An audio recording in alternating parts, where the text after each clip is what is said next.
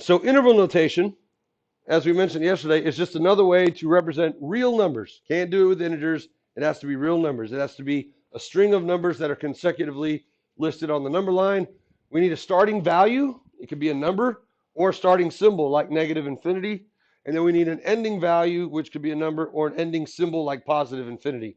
But we have to have two things placed in here separated by comma. And someone asked this morning, does it have to be least to greatest? And the answer to that is what? Yes, it has to be least to greatest. It has to be left to right on the number line. Least to greatest, left to right. Okay. We can have parentheses around them, which means non-inclusive. That's the open circle. We can have the brackets around them, which is the inclusive or the closed circle. But we can also have a half open or half closed interval, where one of them maybe was an open circle, so it's a parenthesis, and the other one is closed, so we have a bracket. But it does have to be from least to greatest, right? So let's go ahead and come down here and do that. We'll call this one A2. A2. We want to write in interval notation the set that represents all real numbers between -3 and 6 inclusive. All right, so pretty easy. Real numbers, that's good. We got that. Between -3 and 6. -3 would go first because it's smaller. 6 would go second because it's larger. And now it's just a matter of what do we group them in? Do we group them in parentheses or brackets or one of each? The word inclusive would imply that we are doing what? Including or not including? Including, right? And it refers to both of them. So what goes around both of these? Brackets. Yeah, brackets. Now, if we're going to write that in set notation, if you want to say that this is, let's call this x. We'll add one other thing in front here. We'll put x epsilon. And remember that epsilon just means is in. So x, the values of x that we're looking for are in this closed interval. This means is in. X is in this closed interval. Now to review from yesterday, since we know how to write it with interval notation, let's now write this one in set builder notation, right? So for set builder notation, we'll call this the review from yesterday. It's going to be everything between -3 and 6. So you're going to write the inequality first. That's what I would suggest. Or you can get the easy part out of the way. The set of all x such that. If you want to do that first, you can. That's going to be a staple of the set builder notation. The set of all x such that, and then we write the inequality. We're going to have -3 on the left, 6 on the right, and then now we put the x in the middle. And what goes in between those two? You're either going to have every time a less than or a less than or equal to. As long as the number on the left is smaller, which it should be, and the number on the right is bigger, it's always going to be less than or equal to, because that does it in increasing order. Now, because this is a bracket and we want to include them, what's it going to be? Less than or equal to. Yeah, less than or equal to. And then we close the bracket up. And there it is. So those two right there are exactly the same thing. They mean the exact same thing. We just have two different ways to represent the exact same thing. When you're doing your homework or you're taking a quiz or whatever, it'll tell you which of those to use. It'll say, use set builder notation to give the domain, or use interval notation to find the range. You should be able to do both of them at any given time. And of course, if I give you one or two of those, both of them as answer choices, you should be able to realize and interpret them, right? Because sometimes the answer choices have a mix of in there. One answer choice is interval, one answer choice is set notation. All right, let's look at this fellow. We'll call this B2. All real numbers greater than -3. All real numbers greater than -3. Now, if you need a jump start on how to do this, a number line graph can help. Okay, so let's say I don't even know where to start here. So you're going to create a little number line graph, and here is -3. Okay, so this is your x-axis essentially. All real numbers greater than -3. So I know it's going to be shaded to the right like this. It's going to go on forever and ever to the right. The question though is, do I include -3 with a solid dot, or do I not include it with an open circle? Which one? Open or closed? Open, right? Because it said strictly greater than. Otherwise, it would have said greater than or equal to. This kind of helps you set up your interval notation, right? Because -3 is your lower bound, and that arrow is pointing in the direction of positive infinity, right? Which is not a number, but it's going to be a placeholder. So our solution here in interval notation is x epsilon. We get that out of the way. X is in, and then I'm going to have -3 here, and infinity is a placeholder there. And now it's just a matter of, do I put parentheses or brackets? Well, around the -3, because it's open, it's not inclusive, open is the parenthesis. The parenthesis kind of has a wimpier look to it. You can go off these if you want to, so you don't have to write everything down. It's the same thing. And then what do we put around infinity or negative infinity all the time, every time? Can we ever include infinity? No. So infinity and negative infinity always get a parenthesis. If you see any answer choices on your homework where it has like less than or equal to infinity, or there's a bracket around infinity, that's not going to be the answer. You know that right away. Can't happen. It's going to be one of the other ones. All right, now what would we do if we were writing this in set builder notation? It'll be the set of all x such that, we get that out of the way. And now, if you want, you can use the same kind of mold that we did before. You could say -3, infinity over here, and you could put x in the middle. And now it's less than here because it's non-inclusive, and it's less than there because it's always non-inclusive. This is technically not incorrect. But in the inequality, we don't need to ever have infinity in the inequality. It needs to be there in the interval notation, otherwise it looks weird just having a blank there. But when you say from the inside out that x is, remember we read it from the inside out, x is greater than -3 and less than infinity, well, we know it's going to be less than infinity, right? In other words, this kind of goes without saying. So the best way to write that is just to say x is greater than -3. Or the set of all x such that x is greater than -3. And that's almost exactly how you would interpret it if you had just written it straight into set notation from the beginning. All right. So I don't care which of those you use. But for the interval,